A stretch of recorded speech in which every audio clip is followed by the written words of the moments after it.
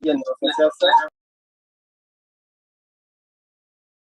A apresentação dele está apresentando a pousada para futuras parcerias, conseguência de yoga, associações, agências. Então, vou passar a palavra para o Mauro, ele vai dar as boas-vindas para vocês também. E, mais uma vez, obrigado por terem vindo. Obrigado, João. A primeira palavra nossa aqui é de agradecimento pela presença de vocês. Vocês deslocaram, então, até aqui, fizeram essa gentileza de atender esse convite que nós formulamos para poder mostrar um pouco do nosso empreendimento. Então, nós entendemos que o destino turístico ele se faz quando nós conseguimos alinhar o pensamento de vários elos que compõem essa cadeia do turismo dentro desse destino emergente, como é o destino de Ibicoara. Então, para isso, eu acho que, necessariamente, nós precisamos pensar parecido e pensar na mesma direção. Então, nós temos os guias, nós temos as pousadas, nós temos estabelecimentos que prestam serviços de alimentação, de transporte, outros serviços também, como a parte de yoga e assim por diante. Então, é o todo, é a concepção toda que faz, então, o destino turístico progredir. Então, nessa linha de pensamento, é que nós idealizamos essa possibilidade de trazê-los aqui para apresentar um pouco do nosso empreendimento, da Pousada Capão do Mel, que foi erguida ainda em 2019, por conta da pandemia. Então, nós não pudemos, assim como vários outros estabelecimentos, não puderam funcionar naquela época. E iniciamos as nossas atividades, então, no período de São João de 2020. E estamos trabalhando, então, né, de forma ininterrupta desde então. Tá? Nós estamos no Booking, temos também Instagram, tá? E queremos, novamente, contar com o apoio e com a parceria também de vocês para poder divulgar nossa pousada, porque, como eu disse anteriormente, eu acredito que o destino turístico ele é composto por todos esses elos, né, da cadeia. O rompimento desses elos ele não traz prosperidade, pelo contrário. Ele traz lacunas que vão ficar, né, como várias lacunas, por exemplo, que a gente sabe que existem aqui, acho que não vale a pena enumerá-las. Mas eu acho que a gente está trabalhando, né, nesse sentido de suprir essas lacunas, de cobrir esses espaços vazios, no sentido de prosperidade para todos nós. Né? Porque eu acho que a cadeia do turismo ela tem tudo a ver com a Ibicoara. Tá? Eu acho que nós temos um apelo ecológico muito grande, nós temos belezas aí dentro da Chapada que são inigualáveis, não só no Brasil, como na Chapada, como no mundo também, e precisamos cuidar muito bem desse destino. Então, é para isso que nós estamos aqui, nós temos esse compromisso de atender bem o nosso cliente. Aqui na pousada nós somos uma fazenda, na verdade, né? Uma fazenda que totaliza aí 75 hectares. Para quem não sabe, 1 hectare são 10 mil metros quadrados. Então, é uma área relativamente grande.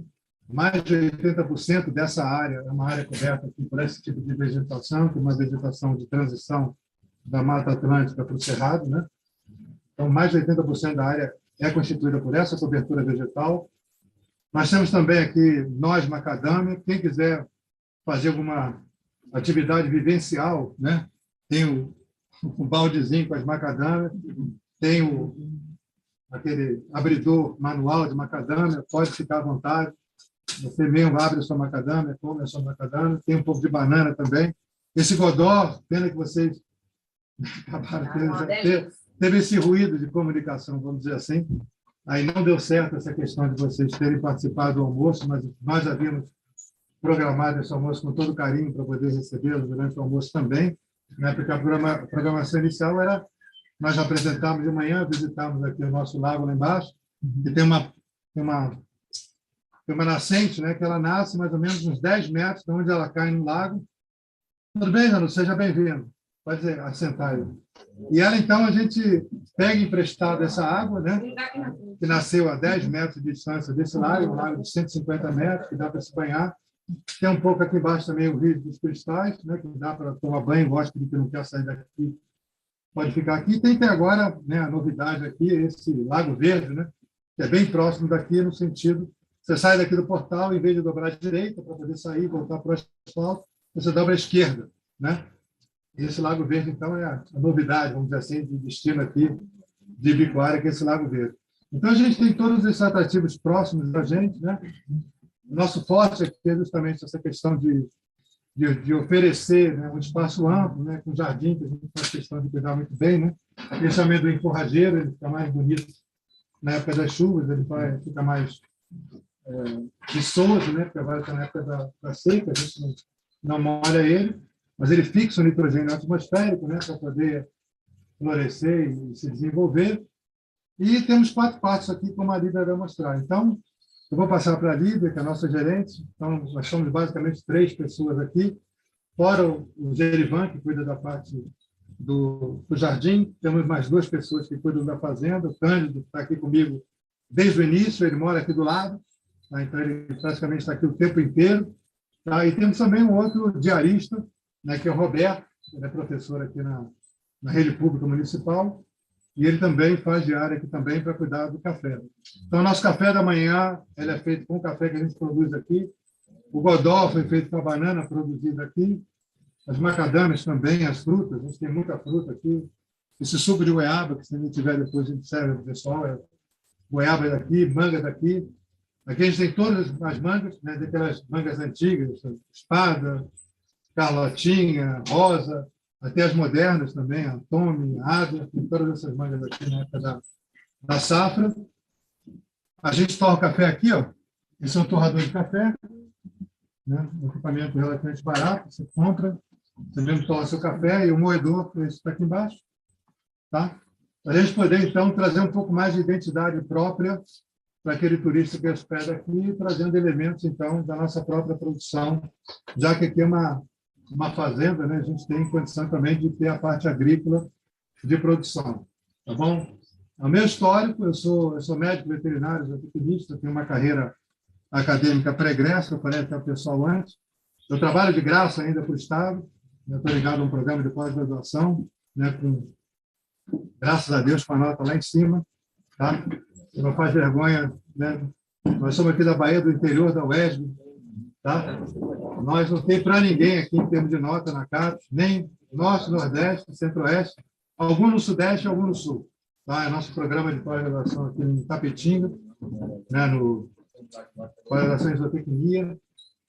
Aí a gente, então, continua trabalhando de graça, a gente pediu para ficar, eu tenho mais um ano, já estou trabalhando há 3 anos, e é de graça no Diário Oficial, viu? Estou nomeado no Diário Oficial, vou poder trabalhar de graça lá no programa de pós-graduação mais um ano. Aí eu vou ter que ser defenestrado, não tem jeito. Aí o computador me corta de qualquer maneira. Então, essa é a minha história, basicamente. A gente comprou isso aqui há 13 anos, e ao longo desse tempo a gente construiu. Vocês repararam que no caminho para cá, toda essa parte de campo aqui nós reflorestamos, né? Não só com eucalipto, como também com pinos eliote e pinos faesa, são 2 árvores que crescem rápido, para poder fazer um outro tipo de ambiente aqui naquela certa aridez, né, do campo, e por aí vai. Tá bom? Estou aqui para qualquer disposição, seja muito bem, qualquer dúvida, desculpa. E, né, obrigado por ter vindo, vou passar para a Lívia, então. Obrigado.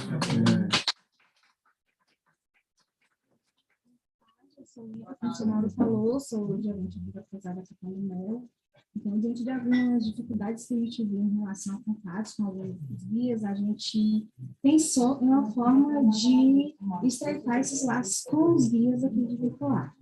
Todas as associações foram convidadas, não teve como chamar individualmente todos os guias, porque são muitos. Então, o convite foi feito para a associação e o presidente da associação chamar mais 2 guias para representar cada associação ou cada agência. Infelizmente, o número foi bem pequeno, mas eu vou estar passando para vocês aqui a apresentação da pousada e também uma proposta que a gente tem para fazer com a associação e com as agências. Então, depois a gente pode ver individualmente qual é a ideia da gente nesse sentido, que é uma parceria, né? Eu acho que vocês, como agência, como associação, passam a ganhar assim como a gente, como pousada. Porque pensar sobre o turismo aqui em Ibicoara, eu acho que a gente tem que pensar de um modo coletivo, né? A gente pensar individualista, eu acho que o turismo não cresce. O potencial que Ibicoara tem é imenso, eu acho que muita gente ainda não tem essa noção, apesar de estarem anos no ramo, acho que não pensa como um todo, né? Acho que Biquara tem muito a oferecer, e se a gente pensar de uma forma individual, eu acho que isso não vai alavancar muito. Então, vou apresentar aqui para vocês, aqui à frente, né, da pousada. A pousada Capão do Mel está localizada na zona rural, a 12 minutos do centro de Ibicoara. Ela foi inaugurada em junho de 2020, então tem um ano e 3 meses que a gente funciona apenas. Tem algumas coisas que a gente está adaptando ainda, mas procurando trazer o melhor para os nossos clientes. Posso dar uma sugestão? Não sei se alguém tem esse problema também. Em relação à localização, é um problema que eu tenho lá em casa também. Se eu botar na minha casa, por ele achar que não tem estrada, o Google Maps ele manda para os cantos. Só vai até o asfalto. O asfalto. Aí digo, talvez mudar o PIN para onde tem a placa que tem que entrar, porque ele mandou entrar lá embaixo. É porque tem um processo início. Quem fez isso na época, a gente não tem mais contato para mudar tudo. E aí ainda é um problema. Mas eu sei mudar o localização. Tá certo, obrigada. Experienciar a Capão do Mel é usufruir de um paraíso preservado e exclusivo, formado de um ambiente único de área verde bem ampla, rodeada de árvores, flores e frutos. Aqui você ainda pode tomar um banho no Rio dos Cristais e se deliciar do maravilhoso café da manhã. Então, tudo aqui que a gente faz é voltado, né, para o conforto do cliente. Desde o café da manhã, né, que a gente procura trazer o máximo assim, de qualidade e também o mais natural possível, né? A maioria das coisas do café da manhã a gente produz aqui mesmo, né, na pousada, não é tudo comprado, que a gente pode fazer assim com qualidade, né, e o mais natural possível que a gente coloca. Ali o pergolado, né, que é essa área, acho que vocês deram uma volta aí, já viram. Círculo de fogo, que é onde a gente proporciona ao cliente que quer, né, se aquecer um dia de fogueira. O cliente, ele chega e compra um vinho, aí vai para a fogueira e a gente proporciona esse momento para eles. A Aristana, o Rio dos Cristais, que é um rio, ele fica, acho que não dá nem 2 minutos daqui, é bem pertinho, né, só descer. A gente apresentou de manhã, o pessoal foi nossa recepção, nosso café da manhã, né, como eu falei, que é voltado com o que a gente tem, principalmente aqui na pousada mesmo, que é o que tem aqui. Nossos quartos, os nossos quartos oferecem muito conforto e aconchego, além de ser bem arejado, proporciona uma vista linda para a Serra do Centro-Oeste. A gente também apresentou o quarto. Se vocês tiverem interesse de verem também, aí a gente vai lá para mostrar, tá bom? Nossa equipe, né, tem o seu Raul Branco aqui, tem Geviron, que é o jardineiro, tem seu Cândido, tem Roberto, então, todos assim. Mas quem me recepcionou foi o rapaz simpático ali que está deitado embaixo no pé de Margarida. Você não falou o nome, faz parte da equipe.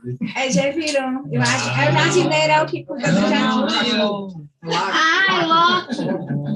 Foi Loki. É Gerivan, Experiências com os hóspedes, aí alguma parte que a gente pegou, né, do book, das avaliações feitas, né, pelos nossos hóspedes. Meu tio aqui. Você consegue voltar? E aí? Aqui daquela vez deu zoom, não foi? Foi.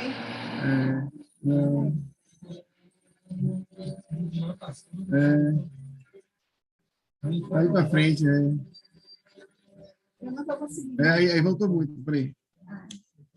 Calma, é que o Ricardo tá lá ainda. Aí, aqui, ó. Deixa eu tentar dar um... Não vai. É que tá no Zoom. Enfim. Eu posso ler aqui que eu consigo dar mais perto, né? Eu vou ler aqui que fica mais fácil. Fala assim, ó. O que dizem nossos hóspedes? Que agradável surpresa após um dia puxado de trilhas e caminhadas, desde o começo nos cativou a cordialidade, a atenção e cuidados da amável anfitriã Lívia. Um visual incrível para um vale, área comum super bem cuidada, diversas árvores frutíferas e um silêncio que nos traz uma paz. Chalés novos, cama boa, banho quente, tudo de bom. Rodrigo. E o outro foi pela Buc, não foi? Tiziana. Veio com a família, com filhos mais novos. O lugar é encantador, a pousada tem um aproveitamento incrível das belezas naturais. À noite participamos de um círculo de fogo, que é uma área no jardim estruturada e com uma fogueira que, além do vinho e calor humano, da equipe da pousada nos aqueceu deliciosamente. As acomodações são aconchegantes e confortáveis. A equipe nos atendeu em todos os momentos com presteza e simpatia. Nota 10. Aí. Eu fico conhecendo, claro, que vocês melhor que eu para falar sobre isso, então eu peguei os dados e já tinha mesmo das associações, né? Os dados que vocês já tinham, as cachoeiras do Buracão, com as orquídeas do Recanto Verde, cachoeira da Fumacinha, cachoeira da Vinheira, cachoeira do Rio Preto, Mirante do Catarina. E aqui, nosso endereço, tá dentro do e-mail, nosso e-mail, Instagram e WhatsApp. DV Momento Inesquecível na Pousada Capão do Mundo. Então, a gente fez essa apresentação bem prévia, mas, assim, a proposta da gente é mandar, né, para algumas agências que a gente já está tendo algum contato, né, para a gente estar apresentando de cara e também a pousar. Questão da parceria, depois eu quero ver um momento, eu não sei como é que eu vou fazer, mas eu posso estar vendo um momento, até de reunião da própria associação, de passar a proposta, qual é a ideia da gente, para a gente fazer essa parceria. Para a associação e a agência, né, ganhar com isso e a gente também. Certo? Aí, em outro momento, eu vou ver com os presidentes, né, para estar com vocês nas associações. Não vou prolongar, não. É com o Thiago, mas... Carol. Cadê, Carol? Tem mais, Carol? Obrigada. Legal. Vamos lá, gente? Boa tarde, tudo bem com vocês?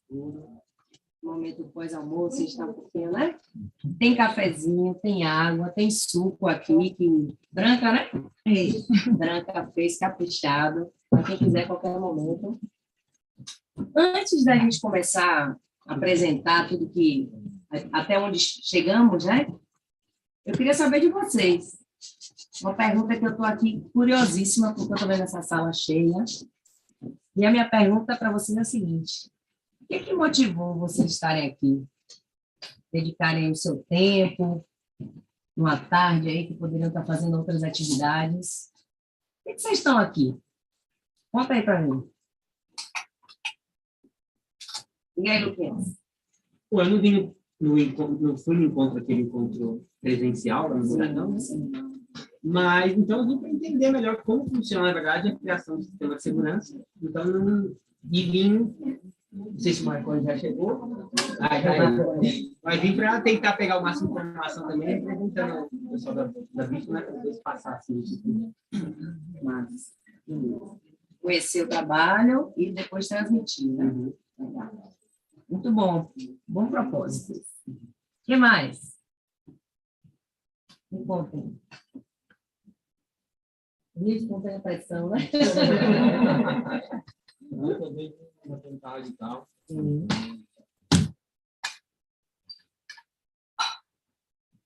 Legal.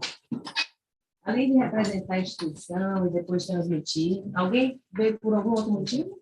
Eu vim para, além de representar, participar e ajudar no que eu puder, né?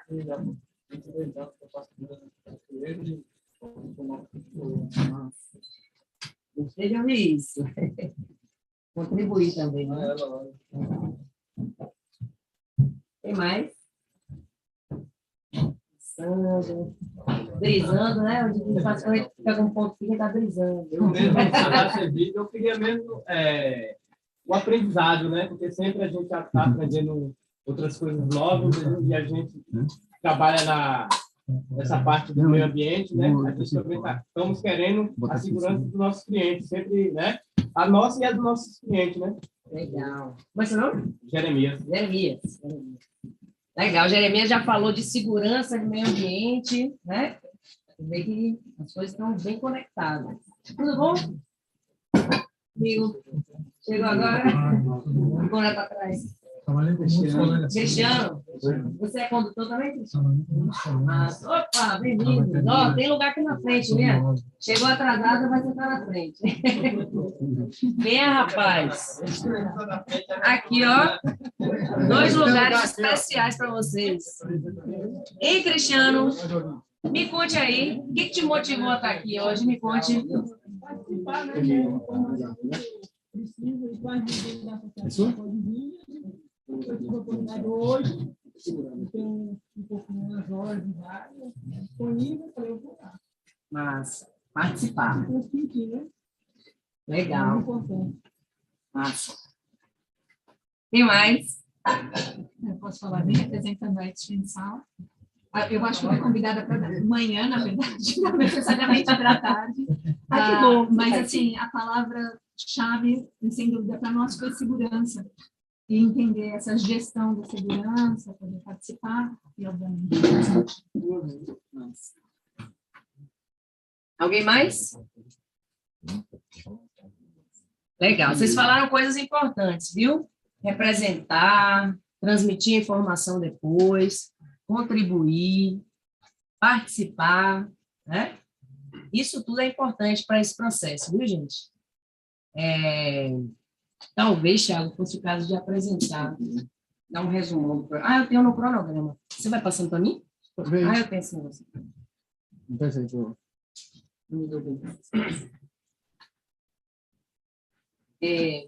Enfim, eu vou dar um panorama geral do que é esse trabalho. Esse trabalho ele foi uma parceria, né, um convênio, na verdade, um chamado da prefeitura, né, da Sematur, que convidou o SEBRAE para juntos estabelecerem um convênio para implementar esse nomão bonito aí, Sistema de Gestão da Segurança da Cachoeira do Buracão, o que a gente apelida de SGS, né? Vou fazer só um adendo, a gente está transmitindo ao vivo, tá? E Barbosa, mestre Barbosa, alguns de vocês conhecem, está aí acompanhando também e vai fazer algumas intervenções em alguns momentos, ele que faz parte da equipe, tá? E aí, para vocês, tá bem pequenininho, mas enfim, eu vou falar de um modo geral. O que é esse trabalho? Esse trabalho consiste em pegar uma norma que existe, que é uma norma internacional, é a ISO 21101, né? E implementar ela nesse passeio específico da Cachoeira do Buracão. Ele está trabalhando nesse ponto, nesse momento, certo? Essa norma, ela traz boas práticas de como deve ser uma operação em perigo de aventura dentro do mínimo de segurança. Ela traz a base mínima que se deve ter de segurança para uma operação de aventura, né? Falando de modo bem geral. E aí tem alguns aspectos, algumas etapas que a gente está cumprindo, tá? Essas que estão em verde a gente já realizou. Então, por exemplo, a gente já teve uma reunião interna com algumas pessoas para decidir, né, o plano de trabalho. O seminário que o Lucas citou, que foi presencial lá na secretaria, no auditório, foi um seminário que a gente trouxe algumas pessoas para falar do tema, né, para também contribuir com esse processo de compartilhar informação. Nós fizemos um seminário em julho, né? E aí, esses 3 próximos, a gente já está apresentando para vocês, que é a classificação do percurso, o Thiago vai falar um pouquinho mais sobre isso, e é determinar qual é o nível de dificuldade de uma trilha, isso é classificar o percurso, né? O Thiago vai falar mais a fundo. Então, isso é um estudo que já está pronto e a gente vai apresentar para vocês, para ouvir vocês e a gente fazer esse processo aí que o Marconi falou de contribuição, tá?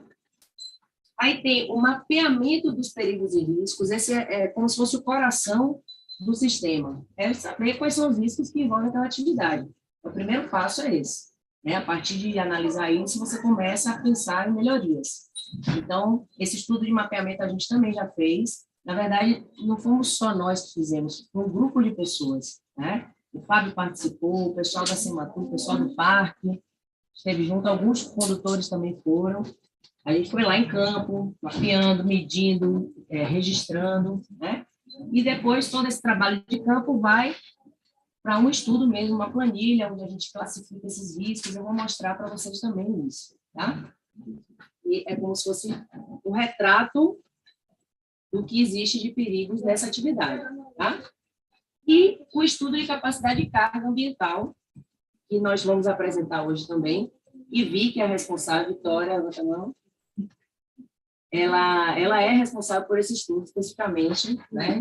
No trabalho de campo teve apoio de Fábio, de Nete, da turma do meio ambiente, que foi feito esse trabalho de campo, depois ela traz essa informação e joga numa metodologia que ela vai explicar como é que chegou nessa proposta, né, de número, de qual é a capacidade da trilha da Cachoeira do Buracão. Quantas pessoas dia pode ter nesse passeio. Então, a gente também chegou no número baseado nessa metodologia que ela vai explicar daqui a pouco. Então, esses são os 3 itens que a gente vai apresentar hoje: classificação de percurso, mapeamento de perigos e riscos, e estudo e capacidade de carga. Depois disso, gente, o que já está em amarelinho, a gente já está começando a construir. Sabrina tem um papel muito importante nisso, que ela está como gestora do parque, então a gente tem se reunido muito para pensar as ações, colocar isso dentro de um planejamento estratégico, né? Qual é o objetivo, melhorar o quê? Quais são as ações para alcançar esse objetivo? Então, é o que a gente chama de plano de objetivos e metas. Porque a parte importante do sistema já vi como é que é, quais são os problemas, os perigos, agora vamos planejar a melhoria. Então, a gente já está começando a fazer isso, mas é um processo que está em construção. Inclusive, estarmos aqui hoje faz parte desse plano, né? Abrir isso para um grupo maior, ouvir a percepção de vocês. Cada reunião que a gente faz, a gente coloca mais coisa, a gente pensa mais coisa, e eu tenho certeza que hoje também vai ser importante para alimentar isso aí. E aí depois vem toda uma parte de desenvolvimento de procedimentos, por exemplo, qual é o jeito de atendimento na portaria? Quais são as funções mínimas que uma pessoa na portaria tem que fazer? Qual é o jeito de um monitor que está lá na base da cachoeira trabalhar? O que ele tem que fazer? Onde ele tem que se posicionar? Qual é o procedimento correto dele se comunicar no rádio? Então, a gente vai entrar também, já estamos, né? O processo já está acontecendo, em definir todos esses procedimentos, o modo ideal de se trabalhar, né? Vai surgir também uma cartilha com sugestões de conduta para os condutores, que tem que ser feito, em primeiro lugar, ouvindo vocês, né? Que ninguém vai fazer algo de uma ideia mirabolante, é o que Marconi já tem não sei quantos anos aqui operando, eu sei o que funciona, o que não funciona, né? Claro que a gente está sempre aprendendo, né, Marconi? Todos juntos, mas a gente pretende entregar, ao final, um manual completo do SGS, é como se fosse mesmo a entrega física que consolida isso, né? E aí vem toda essa parte de criar esses documentos, a gente vai precisar fazer registros de acidentes e incidentes. Anualmente, a gente tem que olhar para esses registros, tabular, ver onde é que está dando mais problema, qual tipo de acidente que está mais acontecendo, como que a gente pode, né, que ação a gente pode tomar ano que vem. Então, o sistema de gestão de segurança, ele melhoria contínua, ele não para. Esse trabalho aqui é um start, né? Mas ele vai estar sempre sendo revisado, até porque muitas das ações que a gente já está sugerindo, a gente sabe que não vão ser implementadas de imediato, porque existem questões, né, financeira, estrutura, que a gente precisa colocar isso no cronograma, por isso que vem o planejamento. Então, a gente sempre tem que estar melhorando, analisando criticamente e implementando melhorias, né? É um caminho sem volta, você vai e continua melhorando. Volte aqui, Tiago, só para a gente falar também do plano de atendimento à emergência, porque essa norma, o foco dela principal é prevenção. Então, você vai ver que 80% do nosso trabalho é planejar, reduzir risco, reduzir dano, fazer o máximo para acontecer, para não ter acidente. Só que, se acontecer, a norma também prevê que a gente tem que estar preparado. Então, em outubro, a gente inicia um trabalho que a gente chama de apelida de PAE, PAE, que é Plano de Atendimento à Emergência. E aí a gente também tem que fazer de forma coletiva, né? Entender qual é a forma de atender uma vítima, e essa forma muda se ela estiver no início, no meio, lá dentro, né? Quais são os recursos humanos que a gente precisa? Esses recursos humanos estão capacitados para fazer esse atendimento, né? Quais são os recursos materiais que tem que ter em cada local estratégico? Enfim, o plano de atendimento à emergência vai dar conta de deixar definido qual é o jeito de atender uma vítima caso aconteça algum acidente, certo? Isso a gente começa em outubro. Aí Barbosa, alguns de vocês já conhecem ele trabalha conosco, ele é nosso mentor da segurança nas nossas atividades, nossos eventos, e está contribuindo para esse trabalho muito, e ele vai estar aqui em outubro para poder, junto com vocês, a gente ir a campo, pensar, e se acontecer aqui, se ali, o que a gente faz, para a gente poder montar esse atendimento à emergência. E aí tem essa parte toda de organizar a documentação, que é um trabalhinho, né? Você arquivar formulário de registro de acidente, esses procedimentos. Então, tem a organização documental e, por fim, a gente convidou uma pessoa para vir, uma pessoa que já tem experiência com essa norma. A empresa dela é certificada, que é Vanessa da Nas Alturas, e ela está fazendo uma formação em auditoria dessa norma. Então, ela vai vir, que é uma pessoa de fora, e vai falar assim, ó, bora ver se vocês trabalharam direito. Aí ela vai checar se tudo que a norma diz, a gente está conseguindo atender.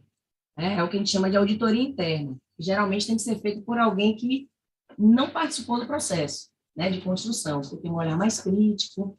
Né? Então, ela vai estar com a gente em novembro, fazendo esse trabalho de campo aqui. E aí fecha. E aí a gente entrega o manual, né, e, enfim. E todo esse processo, gente, é participativo, viu? A gente vai a campo juntos, conversa juntos, volta, pensa, organiza as informações, bota no molde da norma, volta para vocês, pergunta, é isso mesmo, não é? Tem que acrescentar o quê? O que está certo, o que está errado, para a gente poder ter um resultado que seja execuível, que seja realístico, né? Que faça sentido para vocês. Não adianta a gente estar lá com a cara no computador, pensando coisas mirabolantes, se na prática não for implementado, né? Então, esse é o objetivo do trabalho. Pode passar aqui, eu passo, né? E esse trabalho, gente, a gente fez pensando nesses 3 olhares aí, tá? Se a gente fosse só considerar a segurança, vou te dizer que a gente ia sair botando corrimão, botando placa, perigo, e a gente não pode fazer isso, né? Porque senão a gente perde o quê? A experiência do turista, que é estar no ambiente natural, que é estar, né, contemplando, se sentindo integrado com a natureza, com o ambiente, né, mais natural possível, que é estar interagindo com o seu condutor, que vai trazer todo esse saber, né? Então, a gente não pode só considerar a segurança. É o nosso foco de trabalho, né? A gente precisa ter isso em mente. Se a gente quer reduzir risco, a segurança a gente bota um focão nele. Mas a gente também está com outros olhares. Esse aqui, ó, fundamental, mínimo impacto. A gente tem que se lembrar que o parque é uma unidade de conservação que tem o propósito de preservar aquele ambiente. Essa é a principal missão do parque. A principal missão não é levar turista, né? O turismo é uma atividade que agrega muito ao parque, né? Receita, oportunidade para as pessoas, divulgação, e quando você conhece alguma coisa, você passa a preservar mais, né? Mas tudo culmina, o parque existe para preservar esse paraíso aí que vocês têm. Então, a gente quis agregar esse trabalho, esse estudo de capacidade de carga. Porque uma coisa que não tem estrutura de segurança pode causar impacto ambiental se houver um acidente. Por exemplo, você está numa trilha, você não tem nenhuma estrutura, aí tem um acidente. Você vai ter que fazer o quê? Cortar uma árvore para fazer uma maca improvisada, né? Fazer uma fogueira num ambiente que possivelmente não poderia fazer para poder se manter ali, a vítima e tudo. Então, tudo está integrado. A gente tem que pensar na segurança, tem que pensar no impacto, né? Então, a gente fez questão de trazer esse trabalho que a Vicky apresenta, para que a gente tenha esse olhar também cuidadoso, né, com o ambiente. E a experiência do turista, né? A gente não pode deixar perder isso de vista, de que, já falei, né, o turista ele quer interagir com o lugar, ele quer sentir que está num ambiente natural, né? E a sensação de estar seguro não necessariamente é colocando placa em todo lugar, né? Fita zebrada, como nas corridas a gente bota fita zebrada para o atleta não se perder, mas é outra realidade, né? A gente coloca ali momentaneamente, o atleta está com outro foco de competir, de velocidade, mas não é o caso aqui, né? Então, a gente tem que ter esse olhar transversal, e é por isso que a equipe, né? A equipe, somos todos, é importante. Às vezes a gente tem uma ideia e fala, poxa, mas por esse ponto de vista pode não ser legal. Então, é esse olhar transversal que a gente tem que ter o tempo inteiro. E outro ponto que é fundamental é a gente definir quem são as pessoas envolvidas nesse processo. Porque implementar uma norma internacional, é uma tomada de decisão séria. Que se as pessoas não abraçarem, não vai para frente. A gente já teve alguns casos de clientes, os que foram para frente, o dono da empresa abraçou, quem executa abraçou, quem planeja, quem administra. A gente precisa de um time, né? Precisa de pessoas engajadas, tá? E, mais do que isso, cada um saber qual é o seu papel, tá? Isso também é importante. Então, dentro do time da segurança, a gente tem aquelas pessoas que estão naquela linha de tomar decisões, né? Na estratégia. Então, quem são as pessoas? A prefeitura, né? Que está como gestora do parque, o parque é municipal, né? Então, a prefeitura, o secretário do meio ambiente, a equipe da Sematur, gestor do parque, o conselho, que tem um papel deliberativo também, que é o conselho de meio ambiente e de turismo, é isso? A gente precisa fortalecer essa turma aí. Então, no nível estratégico de tomada de decisão, essa turma aí tem que ser envolvida. Porque eu sabendo, a gente começa muito, poxa, pensar em determinada ação é importante, mas se o Luan não estiver sabendo, não apoiar e não botar no planejamento dele, não vai sair do papel. Então, existe essas pessoas que são fundamentais para quererem, né, tomar essa decisão. Aí tem um aspecto mais administrativo, que a gente lida muito, tem que definir documentos, escrever, registrar e tal, que hoje quem está bem à frente é a equipe da Sematur, que tem apoiado muito nesse trabalho, e o gestor é a equipe do parque. Sabrina, ela que está organizando essa parte de documentação toda, e a equipe do parque vai ter um papel fundamental nisso, de manter esses registros, passar esses registros para serem analisados, né? Então, essa parte documental de medicina ela é muito importante, porque sem dados, gente, a gente não consegue trabalhar, a gente fica no empirismo. Então, muitas das análises que a gente faz aqui, por exemplo, qual é a probabilidade da pessoa cair nesse trecho e se machucar? É que sabe se não tem histórico, de saber quantas vezes a pessoa caiu naquele trecho, né? Então, muitas das análises que a gente faz é no empirismo, né? A gente fala, pô, provavelmente vai cair na escala de 1 a 5, num trecho mais liso, 1. Então, a gente, sem dados, é muito mais difícil de trabalhar. Então, está no início, né, esse processo de registrar, e isso, entendeu? De comunicar com o parque, eu teve um acidente com o meu cliente, nem que seja uma torção de pé, né, um corte. Imagina, se no mesmo trecho, toda vez a pessoa se corta, porque tem uma ponta ali. Isso precisa ser registrado para que se tome a providência, para que se melhore, né? Então, a equipe administrativa tem um papel fundamental, que é quem organiza todo esse material. Passa, por favor, Tiago. E a turma toda da operação, né, que envolve todos os funcionários do parque, os condutores têm esse papel importantíssimo, né, de estar na operação, de fato, aplicando a segurança, de fato, seguindo uma regra de segurança, né, de fato, comunicando ao parque algum acidente, incidente. Então, na operação, a gente precisa mesmo desse apoio. E colaboram com o processo, é o que eu falo, colaboram quem quiser colaborar, né? Alguém me pergunta assim, poxa, tem uma pessoa que é guia, mas não está no grupo, porque a gente forma um grupo, né, a partir de indicações das associações, ele não está no grupo, não tinha sido escolhido pela associação, mas ele quer contribuir. Pode? Pode. Não quer contribuir? Então, as pessoas podem colaborar nesse processo. A comunidade, né, as comunidades ali próximas têm que estar envolvidas nisso, porque um acidente, uma remoção de vítima, provavelmente vai envolver a comunidade, né? E se a comunidade estiver preparada para isso, melhor ainda. Enfim, esse aqui é um resumão das pessoas e dos papéis de cada um, tá? Aqui foi uma foto da gente lá na atividade. Essa roupa é bem melhor, né? Porque esse aqui. Tênis, tá? Enfim. Aqui eu vou pular, tá? Porque aqui é só um detalhamento do que eu falei antes. Que é para cada item da norma, quem é o responsável, quem participa. E aí, pessoal, algumas informações a gente vai passar uma geral para vocês e disponibilizar o documento. Vai botar o documento assim em construção, né? E pedir que vocês não saiam compartilhando. E a gente bota, Thiago, tem que botar a taxa, para não parecer que é um documento final e tal. Mas para que vocês leiam no detalhe, entendam, opinem, né? Porque é muita informação para aprofundar aqui agora. Mas esse é um exemplo de um documento que a norma pede, que ela fala assim, tem que definir quem é o responsável maior, quem é o corresponsável e quem é o envolvido em cada item da norma, certo? Então, aqui a gente já definiu, por exemplo, a parte de comunicação e informações mínimas a cliente. Quem é o responsável por desenvolver essas informações, por comunicar, disponibilizar no site, tal? Aí a gente colocou aqui, ó, secretário de turismo, secretário de turismo, secretário, enfim. Aí tem todas as pessoas que o Rzão é quem é o responsável maior, Rzinho corresponsável e o E envolvido, certo? Vamos para frente. Passei muito? Não tem. Acho que não. Acho Travou que geral, não travou.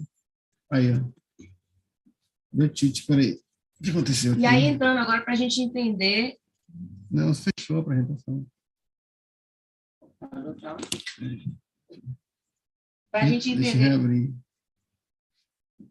Antes de eu entrar no mapeamento de risco, eu acho que é legal fazer a parte do estudo de capacidade de carga. Então, seu café. Não.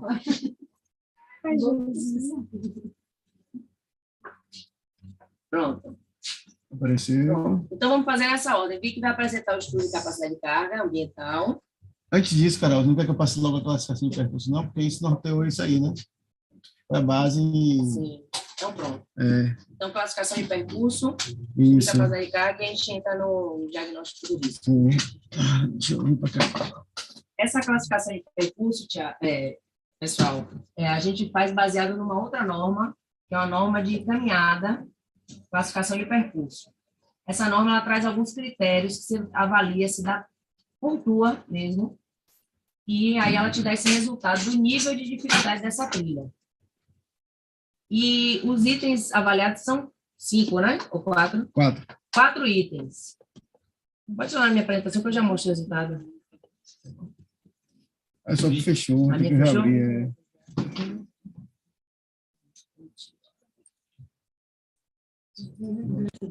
Inspirado? Já vou aproveitar.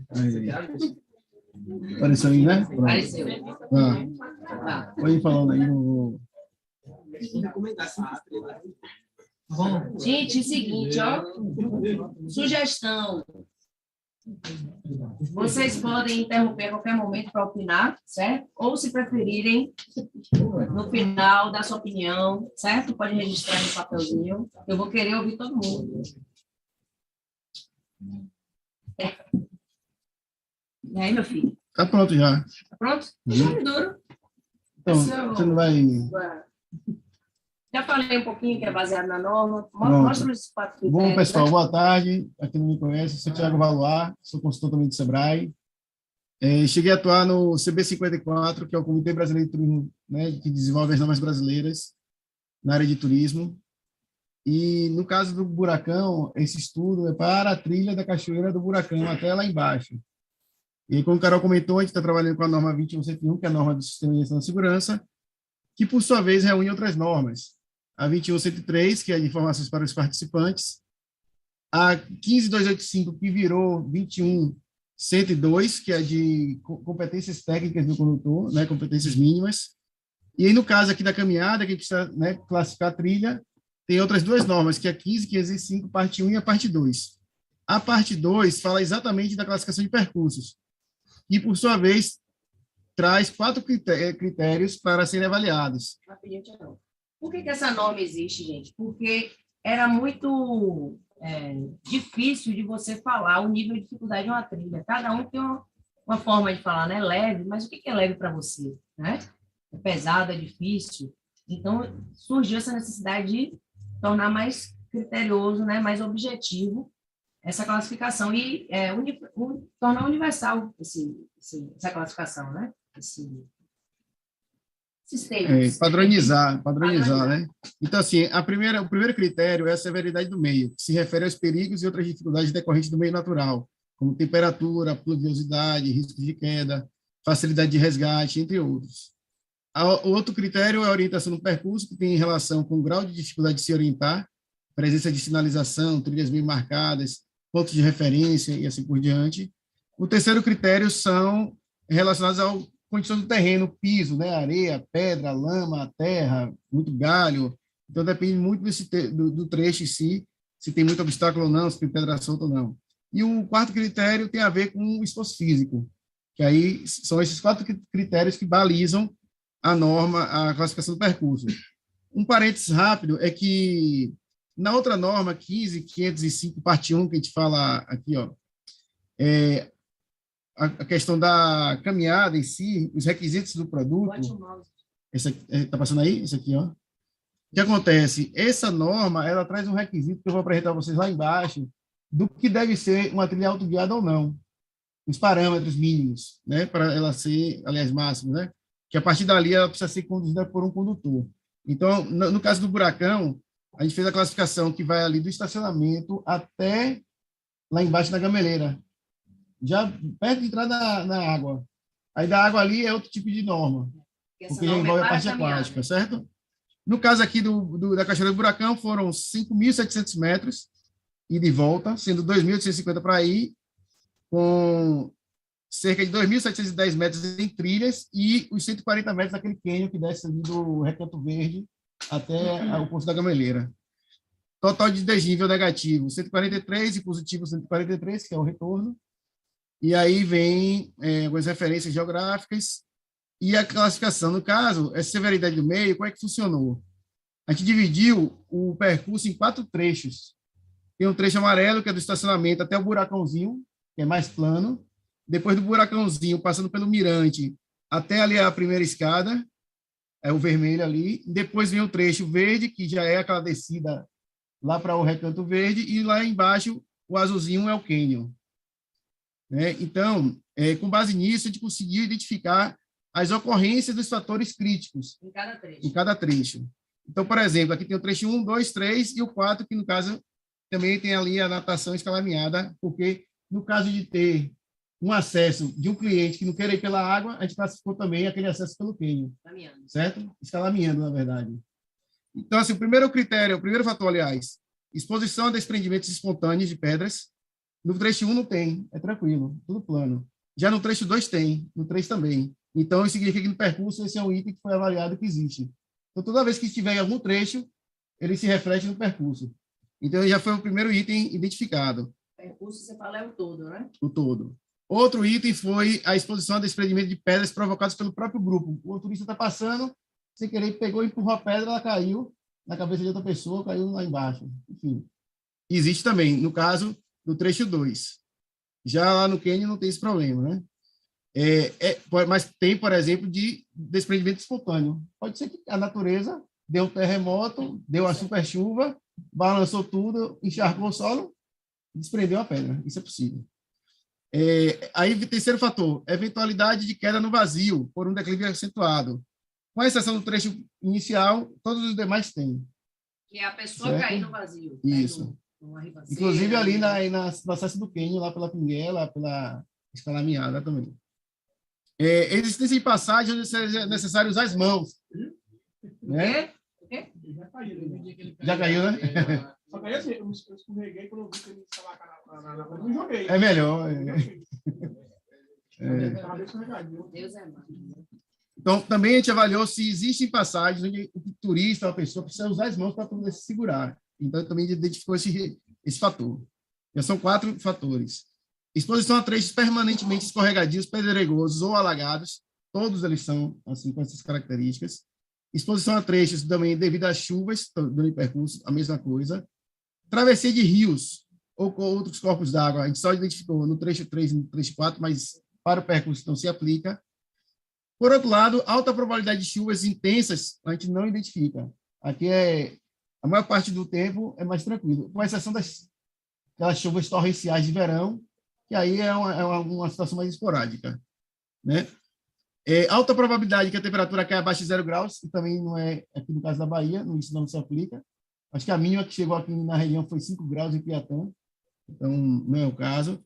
Por outro lado, aliás, tem a alta probabilidade que a temperatura caia abaixo de 5 graus e a umidade relativa do ar supera os 90. Não é o caso também, porque a gente está no meio do sertão praticamente, então é difícil ter uma umidade muito alta e também baixar 5 graus. Agora, por outro lado, exposição a ventos fortes e frios, isso existe. Então, a gente pega ali aquela área ali do trecho 1, tem muito vento, e o próprio trecho lá de baixo, o spray d'água gera uma ventania enorme. Então, a gente até comprou um equipamento chamado anemômetro para poder fazer a análise de velocidade de vento, que é causada pela queda da água. Depois a gente vai fazer esse estudo. Outro item que foi avaliado é a probabilidade que a umidade relativa esteja abaixo, né, de 30%. Né? Na maior parte do ano isso não acontece, não é o caso. Mas tem dias que isso acontece, então são casos que a gente vai começar a registrar para daqui para frente, se de fato isso existir, verificar qual é o percentual de dias no ano que isso ocorre, para reavaliar essa classificação. Que é uma coisa, é dinâmica, o sistema de gestão da segurança é sempre ali, ó, melhoria contínua. Agora, por outro lado, exposição ao calor, temperatura acima de 32 graus, isso com certeza. Ali, direto ali no espalhado, exposição o tempo todo. Outra coisa, exposição ao sol em longos trechos, né, de caminhada, também né, trecho 1 e trecho 2. Não tem aquela parte arborizada. Quando você já começa a descer a escada, aí já melhora. Quando você entra no cânion, já fica mais protegido do sol. Outro fator analisado é o tempo de realização da atividade igual ou superior a 1 hora de marcha sem passar por um lugar habitado. Quem for só até o buracãozinho, é tranquilo. Aí você volta rapidinho para o estacionamento, em menos de 1 hora.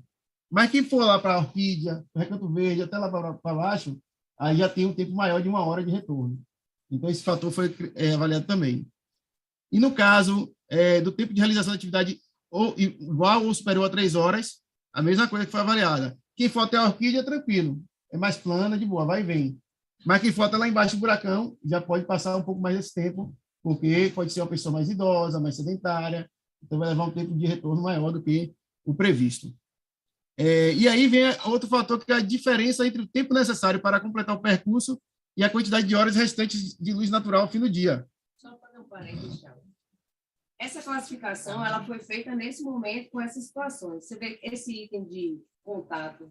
Você vê, se a gente simplesmente colocar a radiocomunicação dentro do passeio, os monitores, já melhora. Já vai melhorar esse item. Isso. Então, vai ter que reclassificar. Então, cada ação que você implementa, você vai esse melhorando. tempo de 3 horas inclui uma situação normal ou uma situação de emergência? Normal.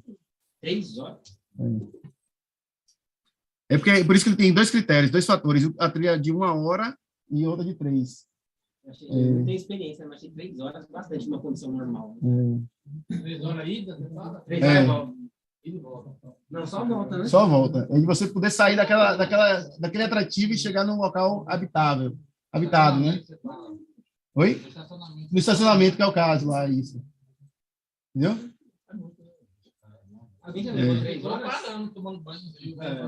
Sabe por que esse fator foi avaliado? Porque o buracão, por enquanto, permite a entrada até 15 horas. Não é isso? Não, digo o percurso que a gente leva mesmo. Então, hoje, atualmente, o parque permite a entrada a 15 horas, não é isso? O limite? Ou seja, 15 às 18. Ou seja, 3 horas. E vocês vão ver que a norma, pela classificação do índice de esforço, o tempo médio de um turista convencional é de 3 horas e meia. Daqui a pouco a gente vai mostrar a vocês. Por isso que foi avaliado esse critério de 3 horas. Entendeu? Então, se a pessoa entrar 3 horas, ela vai sair depois de 3 horas e meia, pelo menos. Pelo padrão da norma. Por isso que ele está dentro desse requisito. Né? Mas isso seria ir de volta. Ir de volta, isso. Mas se aqui é só em situação de emergência, tá certo? Isso. Tem que chegar em um lugar habitado ao telefone, isso. Se leva ida e volta 3 horas e meia, já vai demorar menos. Lembra que a gente separou em trechos 1, 2, 3 e 4? O trecho 3 é aquele descendo a escada lá do Mirante até o Recanto Verde, depois o outro que vai no mergulho.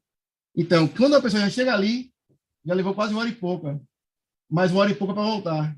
Por isso que o fator aqui, ó, ele é considerando trecho 1 e 2 não tem 3 horas, mas trechos 3 e 4 sim. Então, dentro do percurso global tem, entendeu? Mas quem for só fazer buracãozinho e Orquídea, esse fator não se aplica. Ele é menos do que 3 horas. Eu estou entendendo que eles estão achando que mesmo no trecho 3 e 4 seria não. Entendeu, Thiago? Eu sei, entendi sim. Porque a gente está falando só de a perna de volta. Isso. Do trecho 2, mas para você voltar, você vai ter que ter ido. Então, se fosse uma trilha circular, por exemplo, né? Então, a gente está falando de ida e volta. Nós exatamente. Estamos falando aqui que você chega num ponto, aí tem uma necessidade de um telefone e vai precisar de 3 horas para chegar. É que entre ir e voltar... Você levou 3 horas, pelo menos. É diferente de só ter a necessidade do telefone. Por exemplo, se eu estivesse fazendo a subida do beco, para depois chegar a descer ali a rampa e sair na ruinha. Se lá de cima do mirante até a ruinha der menos de 3 horas, esse fator já não se aplica, porque eu cheguei no lugar habitado. Então, seria tranquilo, viu?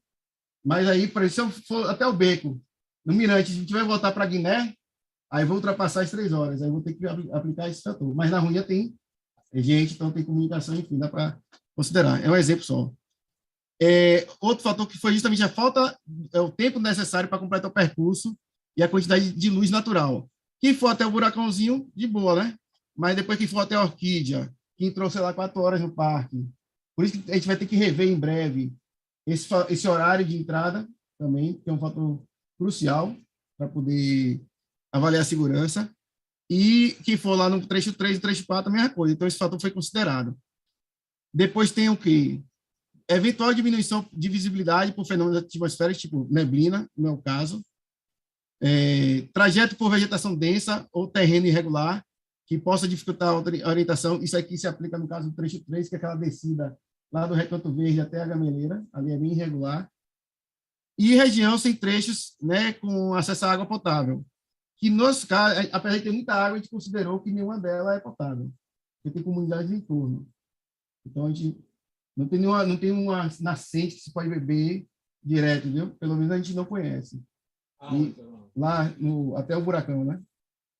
Aquela trilha ali. Então, diante das ocorrências encontradas, observe o trecho 1, a gente encontrou 5 ocorrências. Tranquilo, suave. Trecho 2, 11, trecho 3, 12 e no trecho 4, 11. Só que no somatório total, são 15 ocorrências. E aí isso define a severidade do meio. Pela tabela, diz o seguinte: acima de 13 ocorrências é uma caminhada muito severa. Então, ela precisa, a partir de agora, a gente olhar de uma maneira diferente e identificar como diminuir essas características de severidade do meio, fazendo as melhorias, né? Buscando pensar em pontos de apoio, pontos de descida com mais segurança, como lá no Painácio a gente colocou lá a escada, né, que subiu, era um ponto crítico. Como vocês têm lá 2 escadas também, que é um ponto de descida que facilita o acesso. E assim, isso aqui vai traz a referência atual da severidade do meio. O outro do ambiente, O outro fator é a orientação do percurso, que é mais tranquilo. A gente identificou que é um grau 3, de 1 a 5. Ele diz o seguinte: exige a identificação de acidentes geográficos e pontos cardeais, que fala assim: ainda que o itinerário se desenvolva por traçados sob trilhas, percursos marcados por acidentes geográficos como os rios, fundo de vales, costas, cristas, etc., ou marcas de passagem de outras pessoas, a escolha de itinerário adequado depende do reconhecimento dos acidentes geográficos e dos pontos cardeais. Então, se um turista for sozinho, ele pode se perder lá dentro. Entendeu? Ele não tem condições de ir sozinho lá. Ele precisa ter uma orientação. Então, por isso é o nível 3. Aí vem um outro fator, que é a condição do terreno.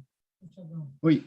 Na classificação ali, que ficou com 15, acima de 13, à medida que você vai tomando as medidas preventivas, você vai reduzindo os fatores. Então, ele pode passar de uma coisa muito severa para menos severa. Exatamente. Aí então, que entra, ele pode regredir. Pode regredir, exatamente. Aí que entra a gestão da segurança. Você identificou as severidades do meio, então, olha, aqui é um lugar que merece uma ponte, aqui é um lugar que merece um corrimão, que merece um ponto de hidratação, de apoio. Então, na atual situação, do jeito que está hoje, está desse jeito. No dia que a gente foi lá. Daqui a um ano, a gente fizer novamente, com as melhorias, vai assim, poxa, isso já melhorou, já está mais suave, né? Já posso trazer pessoas mais sedentárias, mais, né, que não tem tanta afinidade. Mas aí também vai depender se esse é o objetivo claro, que se isso, quer, né? Porque isso. vai impactar diretamente na experiência.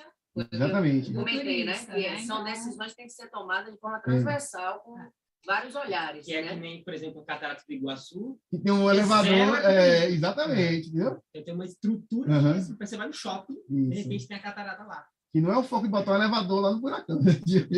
É melhor você fazer um rapel, desce de rapel. Faz um rapel. Aí isso é aventura.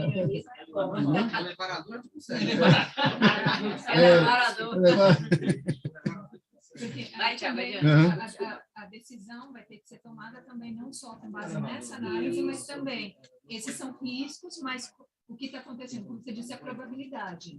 Se no momento a gente não está tendo quedas, machucados, não sei o quê, tem necessidade de investir e alterar, ou existem outras Aí a estatística vai nos mostrar. Por isso que o controle e o registro de acidentes é importantíssimo. Aquela trilha, imagina, todo dia tem uma pessoa de um grupo de turistas que torce o pé ou escorrega. Ou ali é um ponto crítico, precisa ser observado. O que pode ser feito? Manejo da trilha? Não é só probabilidade. É estatística aí.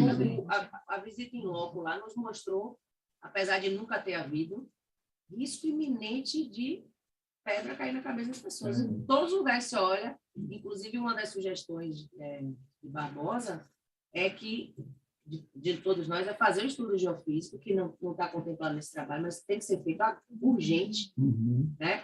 E, inclusive, pela opinião de Barbosa, tem alguns pontos lá que é caso de já fazer uma aceleração de queda. Desprendimento dos blocos. Não sei exatamente qual é o termo. Barbosa, você está aí, meu filho?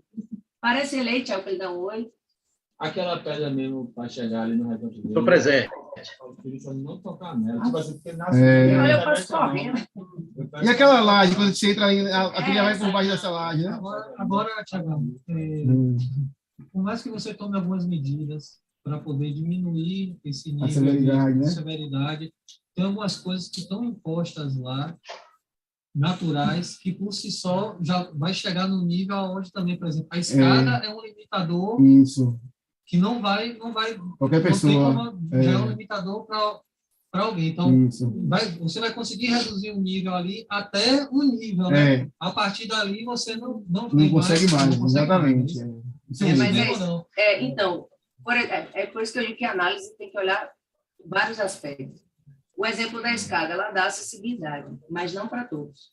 E hoje o perfil de quem vai por buracão é da criança ao idoso, do obeso ao atleta. Até a escada ela não está apropriada. Nesses resultados aí, Thiago, que você vai estar apresentando, você até está me adiantando. Não sei se Vicky que vai falar isso também. Por exemplo, hoje, a criança com a idade mínima para isso varia de cada grupo de coisa, ou tem um mínimo para entrar? Não tem mínimo, né? Não tem mínimo. Aí, pessoal, o terceiro critério é a orientação, que a gente identificou de 1 a 5, grau 4, que é um percurso com obstáculos que exige salto ou utilização das mãos, no grau de escala, na classificação de escala da UIA, é o primeiro superior, então você precisa estar fazendo escala alinhada, de fato, então por isso é o nível 4. O nível 5 já seria ter que fazer um rapel, uma escala com pole, que não é o caso. Então aqui chega no nível 4. E aí vem o quarto critério, que é o esforço físico, que é o mais interessante, que norteia a questão da velocidade, deslocamento, tempo e tal. Então, assim, só para vocês terem uma referência, um piso fácil, como uma estrada e uma pista, o turista ele é considerado que ele anda 4 km por hora. No piso moderado, 3 km por hora, tipo trilhas e caminhos lisos. Isso é uma pessoa com saúde normal e com uma mochilinha cargueira, ou uma mochilinha de ataque. E aí o piso difícil, que é o caso de lá, leito de rio, trecho pedregoso e tal, 2 km por hora, que foi o que a gente considerou. Aí vem a faixa de também subida e descida. Na subida, é considerada a velocidade de ascensão de 200 metros por hora, ou seja, de altitude, e de 300 metros por hora de descida, de declive. E, com base nisso, a gente tem o índice de esforço, que aí são feitos alguns cálculos, que não vou detalhar agora, depois a gente compartilha com vocês, mas, no final das contas, a gente chegou ao seguinte, que para fazer ida e volta, são necessárias 3,46 horas, ou seja, 3 horas e quase meia hora, entendeu? Só para ir e voltar, sem parar, sem contemplar, sem nada. Por que eu fiz questão de apresentar isso antes? Porque daqui vem a base de estudo para nortear o trabalho de Vicky, de capacidade de carga. Então, a gente trouxe como referência. O nível de esforço 3, né? Aí vem a norma diz assim, até 1 hora é pouco esforço. De 1 a 3 horas é esforço moderado. De 3 a 6 horas é um esforço significativo, que é o caso do buracão. E esse mesmo nível aqui é o que vai trazer a base para Vicky fazer o cálculo da capacidade de carga. Que a gente estabeleceu 3 horas e meia de deslocamento e de volta, com mais 1 hora para contemplação. Pode ser 20 minutos na Orquídea, 20 minutos no Mirante, 20 minutos lá embaixo. Então, a gente chegou a essa conclusão que 1 hora ou seja, 3 horas e meia mais 1 hora, 4 horas e meia de estacionamento, Tempo médio, passeio e retorno, visitação. seria o tempo médio pela estatística de visitação para um grupo normal. Não é aquele grupo Corrida de Aventura que vai fazer em 2 horas, não. É grupo de turistas, entendeu? E Que tem condutores que ficam mais tempo também, É. né? 5 horas. Mas Aí, a no gente caso, usou tem essa base de 4 horas e meia. É né, uma dessa base de 1 hora e 45 para ir, se fosse dividir em 2. Isso, mais ou 1 menos. hora e 45 para voltar, É. sem parar em lugar Sem parar, nenhum. sem contemplação nenhuma. Sem lanche, sem banho, entendeu? É um tempo longo. E o cálculo foi feito todo o trecho ou cada trecho, dependendo do nível? Todo trecho. Aqui, ó. Cada trecho é calculado, ó. Deslocamento horizontal é uma velocidade. Isso. Tempo vertical, entendeu? E aí, depois disso, a gente tem um índice maior, que é o tempo maior, que foi o horizontal, e o menor, que foi o vertical. Aí, pessoal, chegamos a essa conclusão aqui, ó. Sim. É muito longo? Eu já fiz em 2 horas. Eu já fiz em 2 horas também. É isso. Então, seria menos do que 4 horas e pouco do que você está falando. Uhum. Isso. Pela norma, analisando isso, declive, aclive, deu 3 horas e meia de Porque a atividade. gente também calcula assim, vamos supor, 1 hora de carro, mais 1 hora de trilha, mais 1 hora se o povo vai ficar lá, mais 1 hora de trilha e mais 1 hora de carro. 5 horas. Né? 5 horas no total. Né? Para voltar aqui Até para aqui. Ibicoara. Seria 3 horas lá dentro, né? 3 horas. É isso. A gente considerou com base... Pelos parâmetros parâmetros. técnicos da norma brasileira, entendeu? Porque a norma é a referência. Então, independente se o turista é um turista jovem, aventureiro, ou um turista idoso, ele vai ser um padrão médio que vai ser estabelecido, entendeu? Porque a gente não pode ter, também dizer, ó, vou botar 2 horas de visitação, bora, galera, acelera. Chega lá, tira foto e cai fora. Não, não é assim não, velho. Porque para classificar precisa ter o padrão. Tem que ter o né? padrão. Porque também 1 hora para pessoas mais lentas. Mais Isso. uma pessoa mais, Então, mas ele está tirando. mais rápido, Deixa vai eu tirar de Eu tirei pela mão. 45. Está tirando uma referência. 35 A minutos. Mostra lá. a referência Terreno dele assim, para dar esse a velocidade. é a norma. A norma, isso. É a referência dele.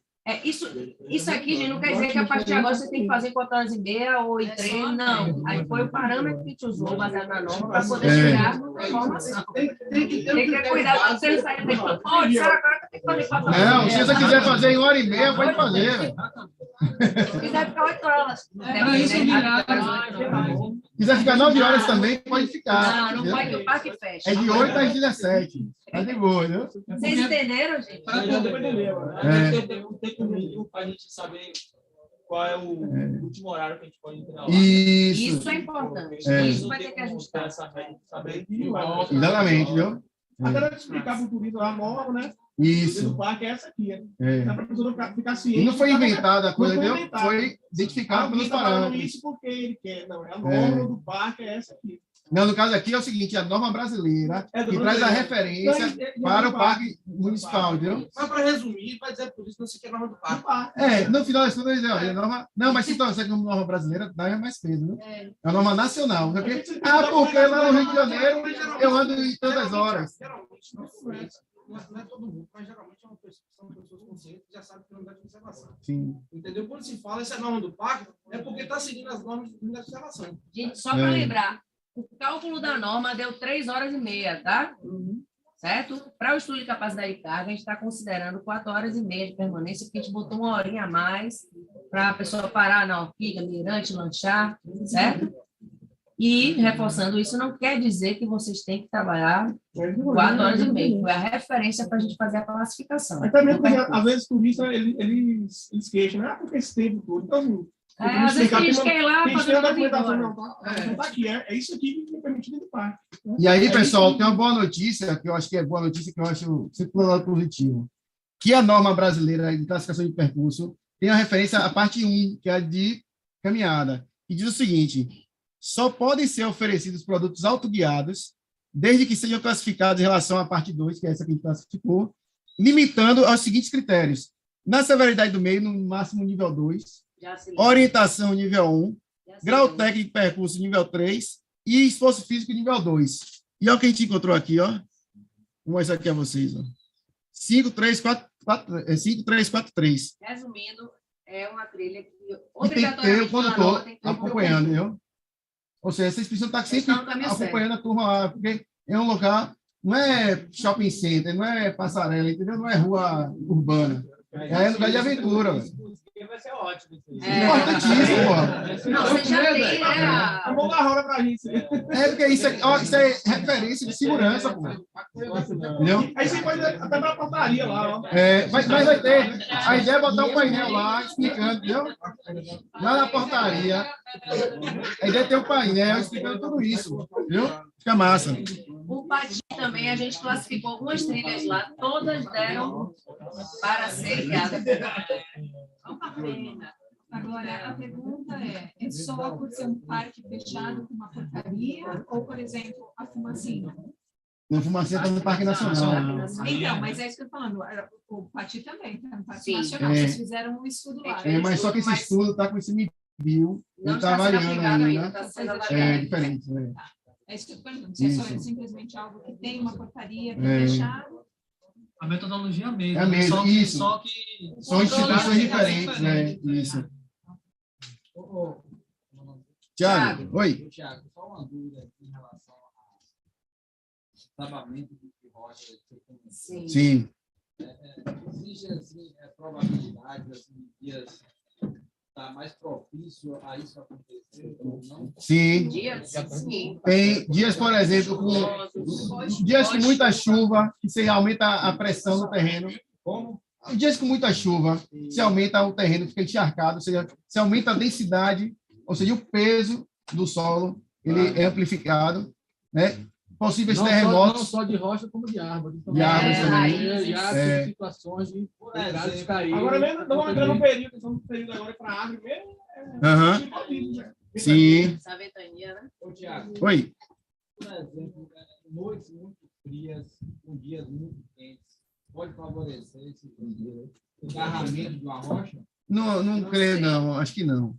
Isso aí é melhor ver com o geólogo, porque essa questão da dilatação de rocha eu acho que, na verdade, o temperismo físico-químico é mais por um fator externo que causa a erosão do que uma dilatação em si, viu? A rosa cair. Você citou aquela pedra que o pessoal passa de baixo, que eu também estou vendo isso ali, né? Aquela ela pedra. está meio inclinada. Talvez pessoas passando ali de baixo pode, assim, como é que se diz? Causar um tremor e essa pedra desabar? Pode. Através Pode.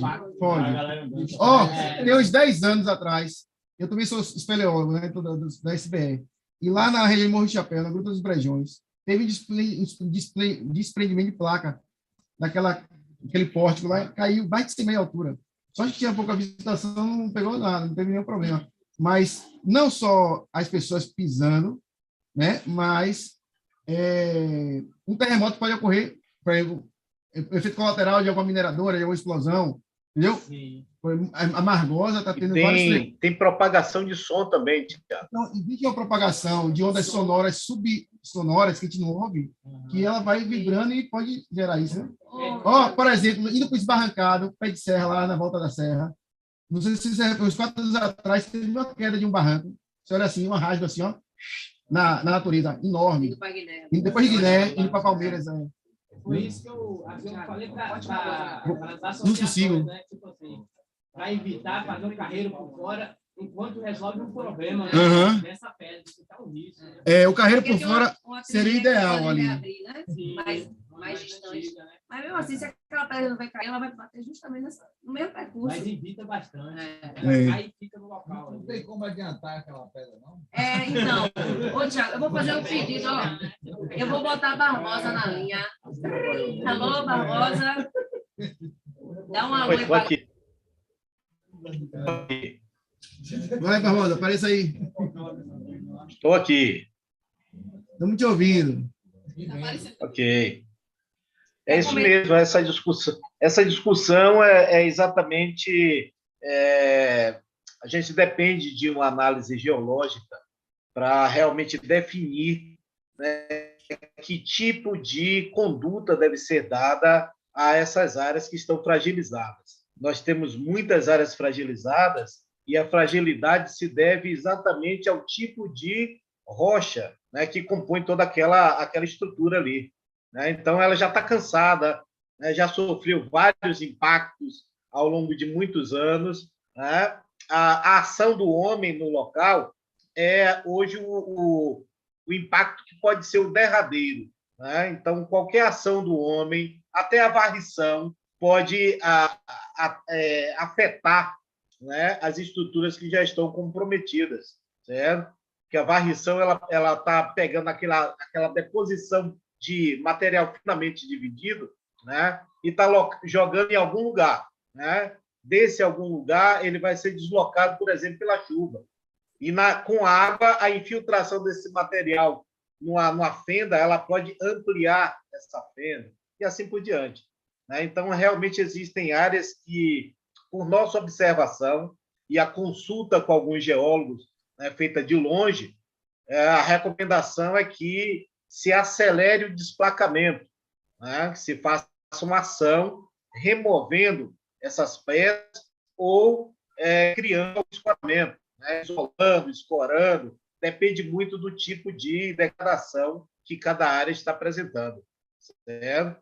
Então, mas realmente precisa de um estudo geológico, tá? Nós não temos autoridade para fazer esse tipo de definição, a gente só identifica que já está em progresso, que já está em curso a queda, ou que ela está pendurada simplesmente em raízes, né? Nós temos áreas que os blocos que já estão cortados, quebrados, eles estão sustentados por raízes, por vegetação, e a vegetação se degrada muito mais rápido do que a rocha, né? Então, é necessário esse estudo, esse olhar técnico e uma aferição, né, de um profissional da área de geologia para que se possa determinar que tipo de ação, né, deve ser feito. Isolar a trilha ou acelerar a queda de alguns blocos, né, para evitar um mal maior para a gente.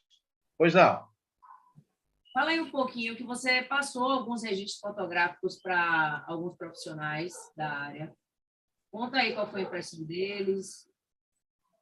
Isso. Eu passei as imagens, né, dos blocos, matacões, né, toda aquela área com rachadura, desprendimento, medição, né, de intervalo entre as fendas. E a impressão dos geólogos que eu passei o material é que o material está em queda, certo? Então, o material está em processo de aceleração de queda, né, por conta do tipo de rocha que se compõe aquela área, tá? Que é uma rocha arenítica, então ela sofre uma degradação muito grande e o desgaste dela é muito grande. Assim como ela se torna pó pelo atrito, ela também recebe os impactos da força da água, né, da ação do sol. Então, todas essas ações causam, além da erosão, elas causam também a rachadura, né, desses blocos, e a impressão deles é que algumas áreas estão em queda, algumas áreas estão em processo de aceleração de queda, e que precisam de uma intervenção, alguma intervenção, mas só com estudo para determinar qual a intervenção. Massa, beleza. Relembrando, viu, gente? Nós não estamos aqui fazendo esse estudo de análise das rochas, tá? Apesar que Barbosa tem uma experiência com algumas formações de desastres geológicos e tal, mas não é a formação dele e não é a proposta do trabalho. Isso está indo, inclusive, para o plano de objetivos e metas, contratar esse estudo, fazer um termo de cooperação com alguma universidade que venha e faça esse estudo, né? A melhor forma de se encontrar, isso está indo para o nosso plano de objetivos, é um dos primeiros aí. Vamos, a gente ainda tem 2 assuntos, viu, gente? Que horas são? 3h15. Tá ótimo. Vai entrar no estudo de capacidade de carga. Ótimo, polêmico, adoro. Ouvi que... E depois a gente vai já falar um pouquinho da análise que a gente fez dos riscos e a gente já está propondo algumas ações necessárias que vão para o nosso plano. Eu vou mostrar para vocês depois. Você está com o passador? Não. Não funcionou. É só psicológico. Para segurar na mão de Deus e vai. Boa tarde, pessoal. Eu sou Vitória, o vulgo Vic, né? Todo mundo aqui já é super íntimo. Fiquem à vontade para me gritar Vic onde eles estiverem. Estou aqui encarregada de fazer esse desafio, que é a capacidade de carga turística, que sempre é um estudo que gera alguns incômodos, é um pouco polêmico, mas a gente está caminhando aí desde julho, né, com alguns resultados preliminares para encontrar um caminho que seja mais satisfatório para quem está na prática e para que esse olhar também ambiental, ele também, né, o ambiente ele seja protagonista também, né, porque não adianta a gente dizer como atender os desejos de botar 500, 600 pessoas por dia, porque isso vai estar movimentando, e desconsiderar completamente o que esse ambiente pode suportar. Então, esse estudo ele vem para unir aí essas intenções e essas partes. Espera aí, Vicky. Vai agora, vai. Vai passar. Tira isso aí, Tiago. Então, aqui só uma breve contextualização, né? O ecoturismo, essa atividade que todo mundo já conhece muito bem, vivencia ela todos os dias aí na prática, sabe que apesar dela acontecer muitas vezes na natureza, ela também vai deixar um impacto, ela também vai deixar suas marcas. Então, a gente precisa estar sempre rememorando, né, essa função do ecoturismo, ainda mais que acontece dentro de uma área protegida, dentro de uma unidade de conservação, que ela é uma ferramenta para as pessoas conhecerem como preservar, cuidarem mais daquele ambiente.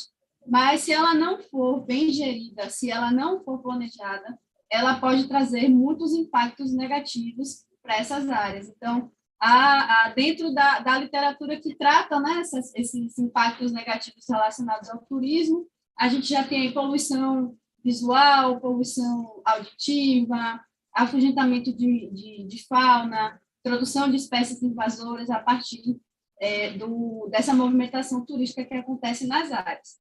E aí se desenvolveu uma metodologia... Você vai passando? Vou. Pensando em uma forma de minimizar esses impactos negativos para o meio, algumas metodologias, né, de estudo de capacidade de carga turística foram sendo desenvolvidas ao redor do mundo. Partindo da pergunta, né, quanto de turismo será que essas áreas aguentam? Então, essas metodologias foram surgindo. A que a gente utilizou aqui nesse trabalho foi essa de Miguel Cifuentes, que desenvolveu na Costa Rica. Então, isso também traz uma proximidade assim, do ecossistema, né, de ser uma área também tropical. Por isso, ela foi aplicada aqui, além de ser uma metodologia reconhecida no mundo inteiro. Ela considera os aspectos físicos, biológicos e sociais, que a gente também precisa levar muito em consideração. Pode passar. E esse trabalho, a gente desenvolveu no mês de julho, né, durante esse estudo aí do SGS. Tivemos esse momento em campo aqui. Sua equipe. Com uma equipe, Fábio, Nete, Sabrina também. Então, a gente foi observando os pontos de trilha que tinham dentro dessa metodologia, né, algum ponto de observação físico ou biológico que a gente podia adaptar. Então, a gente foi medindo aí vários pontos. Uma trilha que a gente faz em 2 horas e meia, 3 horas, a gente levou o dia inteiro ali nessas medições, né? Então, a gente mensurou a atividade, declividade, fator a exposição solar, o tamanho do percurso que as pessoas estão mais expostas ao sol, o tamanho do percurso que as pessoas estão mais expostas a plantas que possam perfurar as cactáceas, enfim. E aí tudo foi sendo jogado ali depois durante a trilha, a gente foi medindo e jogando no Wikiloc, né? Então, depois, em casa, eu fui cruzando esses dados para depois aplicar na fórmula. Pode passar. E aí, para contextualizar, essa metodologia ela tem 4 passos. Então, a gente vê essa parte do diagnóstico e a gestão do turismo que acontece na unidade de conservação, porque, como eu falei, essa parte de entender como acontece o manejo é super importante, né? Não são só os fatores físicos e biológicos. O segundo passo é o diagnóstico da visitação, qual é essa relação estabelecida com a unidade nos dias atuais, para a gente conseguir chegar, enfim, ao terceiro passo, né, que é a aplicação das formas, que é o cálculo da capacidade de carga turística, e o último passo, né, o desdobramento disso, a gente desenvolve os indicadores de impacto para o monitoramento. Então, esses indicadores vai colocar aqui embaixo do braço todo mundo, não só a parte da gestão do parque, mas os guias, todo mundo que está no dia a dia do parque, precisa também estar muito atento a essas mudanças, a esse dinamismo que acontece em uma área natural. Pode passar. E aí eu trouxe aqui só para a gente relembrar, né? Não vou ler isso tudo, não, mas só para a gente relembrar qual é o objetivo do Parque Municipal do Espalhado. É preservar e usar de forma controlada seus recursos naturais. Então, dentro desses 611 hectares, a gente precisa lembrar que o turismo ele acontece dentro dessa porção, né, da Cachoeira do Buracão e outras áreas, mas que o turismo é a ferramenta, não é o objetivo principal, como o Carol falou, né? Então, lembrar que ali existem outras espécies de animais, de plantas que precisam estar ali salvaguardados, né? E a gente não pode nunca pensar em chegar com o turismo de uma forma agressiva que coloque em risco tudo que faz parte daquele contexto. Pode passar. Rapidinho, falando isso aí que ela está falando, lá em Salvador tem um parque, não sei se ele voltou ou não, mas que o excesso do turismo fez com que o parque fechasse, porque foi essa pirâmide. Bombava tanto, que não respeitava a capacidade. Você estava falando com uma pessoa aqui ó, que conhece mais, Fábio, ele trabalhou mais de 20 décadas aí, Fábio, conta aí para a turma. É importante, é fundamental que isso que Vicky está expondo aqui seja levado em consideração por vocês, né? Porque se não tiver natureza, não tem trabalho para ninguém.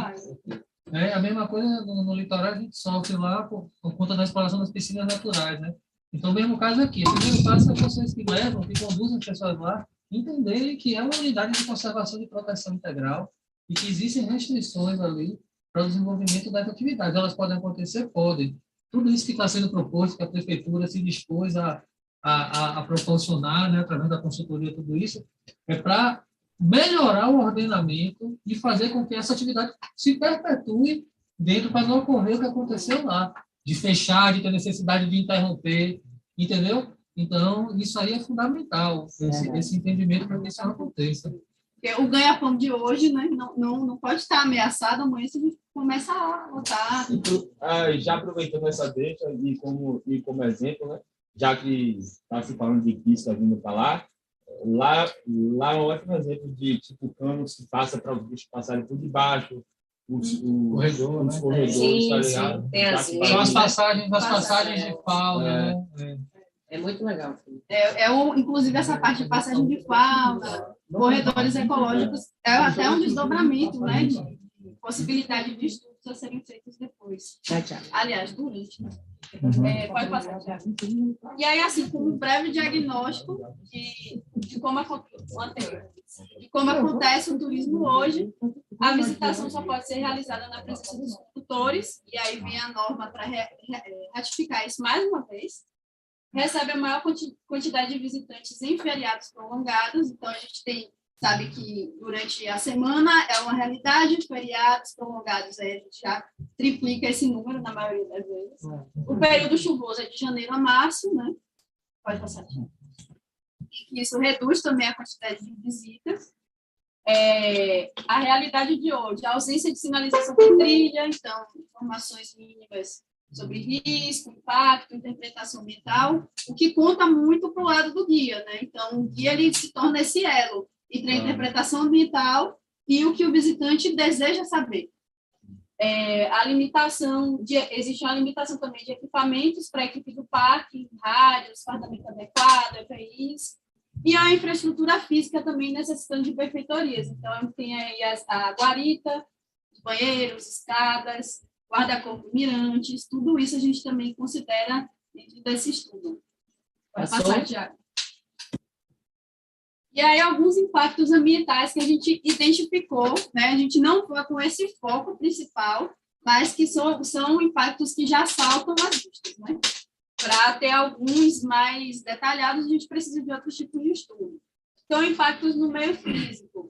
Tem a utilização de desvio da trilha como o banheiro, ali já chegando próximo à descida do rapel, um recurso que tem, as pessoas utilizam como banheiro, e também tem a presença de fezes humanas. Então, isso já é considerado um impacto negativo, né, na trilha. O descarte irregular de resíduos sólidos, principalmente essas pequenas embalagens plásticas que o vento leva, às vezes leva para a água, leva para um outro canto, isso também é microplástico, né? Isso também já é um problema identificado. Aquela filetinha, né, do biscoito, você abre assim. O lacre. De vegetação. Mas falando em resíduo em lixo, o que é gritante é o papel higiênico. Justamente falta de sanitário. A gente fez agora, na quarta-feira passada, na Bicho, uma oficina, ensinando a confeccionar o X-Tube, né? O que serve, etc e tal. Foi bem legal também nesse sentido. E até o Vinicinho, que foi a pessoa que fez a oficina, né? Ele falou, eu uso há 2 anos, mas eu só usei 2 vezes. Então, às vezes, só com o processo educativo, ele já funciona muito bem, porque às vezes a pessoa não tem abertura para chegar, talvez, no que a gente falar de merda, né?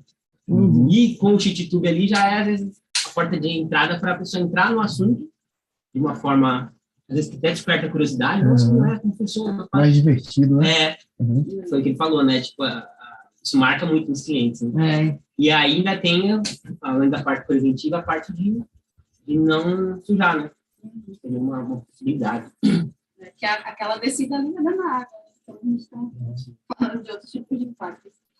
Vegetação, pelo menos ao meu olhar, eu observei presença de espécies invasoras, mas para a gente ter um estudo mais apurado disso, precisa de uma equipe especializada, né, em estudos botânicos, água também, solo, né, mais específico. E fauna, a gente observou que tem alguns períodos do ano em que existe uma maior ocorrência de animais peçonhentos na área de banho. Isso pode ser um indicativo de alguma desordem que acontece, algum estresse que acontece na cabeceira, né? Mas isso pode também ser período reprodutivo, enfim. É algo que precisa de um estudo especializado. E a experiência, né, a gente já observa os impactos negativos, superlotação de feriados prolongados, que interfere diretamente no que as pessoas, na experiência, depois de como elas vão falar do lugar, de como elas se sentiram, sobretudo nessa área de banho, o encontro também entre grupos, na espera do rapel, a gente ouviu relatos. Demora muito. Já tem registrado, né, se eu não me engano, em algumas pesquisas, exposição ao risco nos mirantes para tirar foto, né? Então, isso também já é verificado. Pode passar, Thiago. E aí, entrando, né, de fato, entrando de fato na capacidade de carga, a gente tem essas 3 dimensões. A capacidade de carga física, que ela vai dar esse número bruto para a gente, já vocês vão entender melhor, a capacidade de carga real e a efetiva.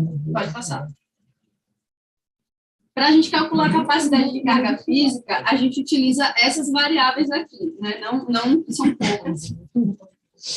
A gente vê a superfície total da trilha, o espaço utilizado por cada pessoa, né? Esse distanciamento, o número de vezes que a área pode ser percorrida por um visitante durante o dia, o período em horas que a área permanece aberta para a visitação e o período em horas necessário para o visitante conseguir percorrer a trilha inteira. Pode passar. Aí a gente aplicando, ainda tem os parâmetros, a gente utilizou 2 metros de distância de uma pessoa para outra, né, como um espaço seguro e confortável para a realização das trilhas.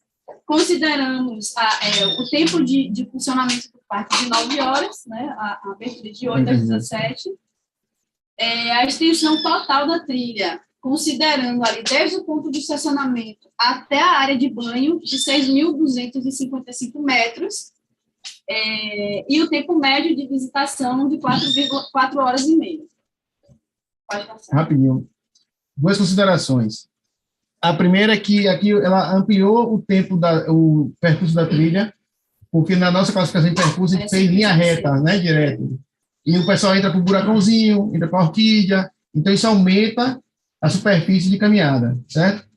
E outra consideração, que aí vai servir para o procedimento operacional padrão dos condutores, é esse distanciamento entre turistas, entre pessoas, entre um e outro. Inclusive, pela estatística, quando você está fazendo uma caminhada, geralmente é a segunda pessoa que é picada pela cobra, porque a primeira passa, atiça o animal, ela dá o bote, quem pega e vem atrás no vácuo é picado. Então, isso é uma medida de segurança também para você evitar ter situações dessas, do segundo ser atingido por qualquer problema de cobra. Então, para o procedimento de vocês, atuar com essa distância, fila indiana, pessoal, 2 metros pelo menos, né?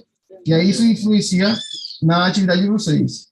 E também essa extensão considera aquela área de banho, né, ali das rochas, aquela parte que o pessoal fica, o pessoal não fica só na descida, né? Também ocupa os lados, também ocupa aquela partezinha assim, né, que vai caminhando ao invés de nadar, então a gente também considerou essa metragem. E aí, aplicando na fórmula, a gente tem a capacidade de carga física, isso quer dizer um número bruto de 1.536 pessoas. Só que a gente Calma. Calma. Tiago, pode passar. Isso aí, se fosse a Avenida 7, asfalto, entendeu?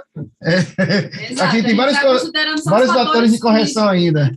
E aí, como a gente vai lapidando essa fórmula, né, aplicando os fatores de correção de acordo com as características que o lugar mostra, a gente tem os fatores de correção. Aclividade, declividade, muita declividade que a gente encontra. Brilho solar, né? Então, essa exposição que a pessoa tem ao sol, tem a extensão desse brilho solar, o trecho com plantas cactáceas, o fator social, que é esse encontro entre grupos, a sensação de superlotação, e a pluviosidade, que também, em determinado momento do ano, vai dar uma diminuída, né, nessa possibilidade de visitar. Pode passar. E aí, usando isso, eu trouxe aqui um exemplo, né? Usando isso na fórmula, a gente pega, por exemplo, um fator de correção que eu trouxe foi a aclividade. Então, a gente divide os metros dessa extensão de 6.255, que tem aclive, dividido pela superfície total da trilha, e a gente tem esse fator de correção. Pode passar, Thiago. Aí, esses aqui foram todos os fatores de correção utilizados. Então, além de aclividade, a gente tem brilho solar, a presença das plantas, cactáceas, declividade, encontro entre grupos e a temporada de chuva. Mais um. E aí, a gente joga na fórmula. Então, aquele número de 1.536, depois desses fatores de correção, ele vira 998. Calma. Ainda tem mais correção. Calma. Vai diminuir, porque não é só a parte física, não é só essa parte dessa interação, né, do meio, a gente também tem a capacidade de manejo, que é uma parte extremamente importante. Então, não adiantaria a gente falar, a capacidade daqui é de 998 pessoas, e a gestão do parque, o que se tem de recursos humanos, de equipamentos, não conseguir dar conta, né? Então, a gente corrige com mais uma fórmula, que aí sim é a capacidade de carga efetiva, e a gente chega ao número de 299 pessoas por dia, durante essas 9 horas em que o parque encontra-se aberto. O registro que a gente tem, né, a partir da Secretaria de Turismo, é que uma média que a visitação é de 300 pessoas, sabendo por dia, né? Não, já chegou... Por mês. Não, já chegou a 600 no pico. Isso, é período de feriado. No pico, assim, é surreal, né? E a média, na verdade, é 100, 120. Hoje mesmo o Luan pegou a informação, estava 54, parece. Tinha 54 turistas lá. É importante dizer que o que mais influenciou nesse número é, de fato, da gameleira em diante, que esse é o ponto mais crítico, né? Que aglomera as pessoas, que é o ponto de parada, preparação para entrar na água. Esse trecho, o cânion, né? Seja nadando. Exatamente. Isso aí puxou realmente para baixo. A quantidade de pessoas dessa área do poço tem um fator de segurança, porque ali tem vários riscos. A gente, quando teve lá, a gente viu gente caindo, a gente viu cascavel sendo manejada, a gente viu de tudo. Era jararaca, né? Jararaca. Fez um manejo com a jararaca na saída da água. Exatamente. Passa mais uma aí, E aí, só para a gente lembrar, né? Tudo que passo a passo até chegar ali a capacidade de carga efetiva, 299, mais um. E aí, assim, ficam aqui as recomendações, né? As sugestões. Lembrando que a capacidade de carga ela é dinâmica e acompanha a capacidade de manejo. Isso quer dizer, quanto mais investimento é feito no parque para treinamento de condutores e monitores, equipamentos disponíveis, isso, o rádio ajuda, já no começo, assim, que vai ajudar muito a minimizar riscos, né? E também a gente controlar melhor essa capacidade de carga.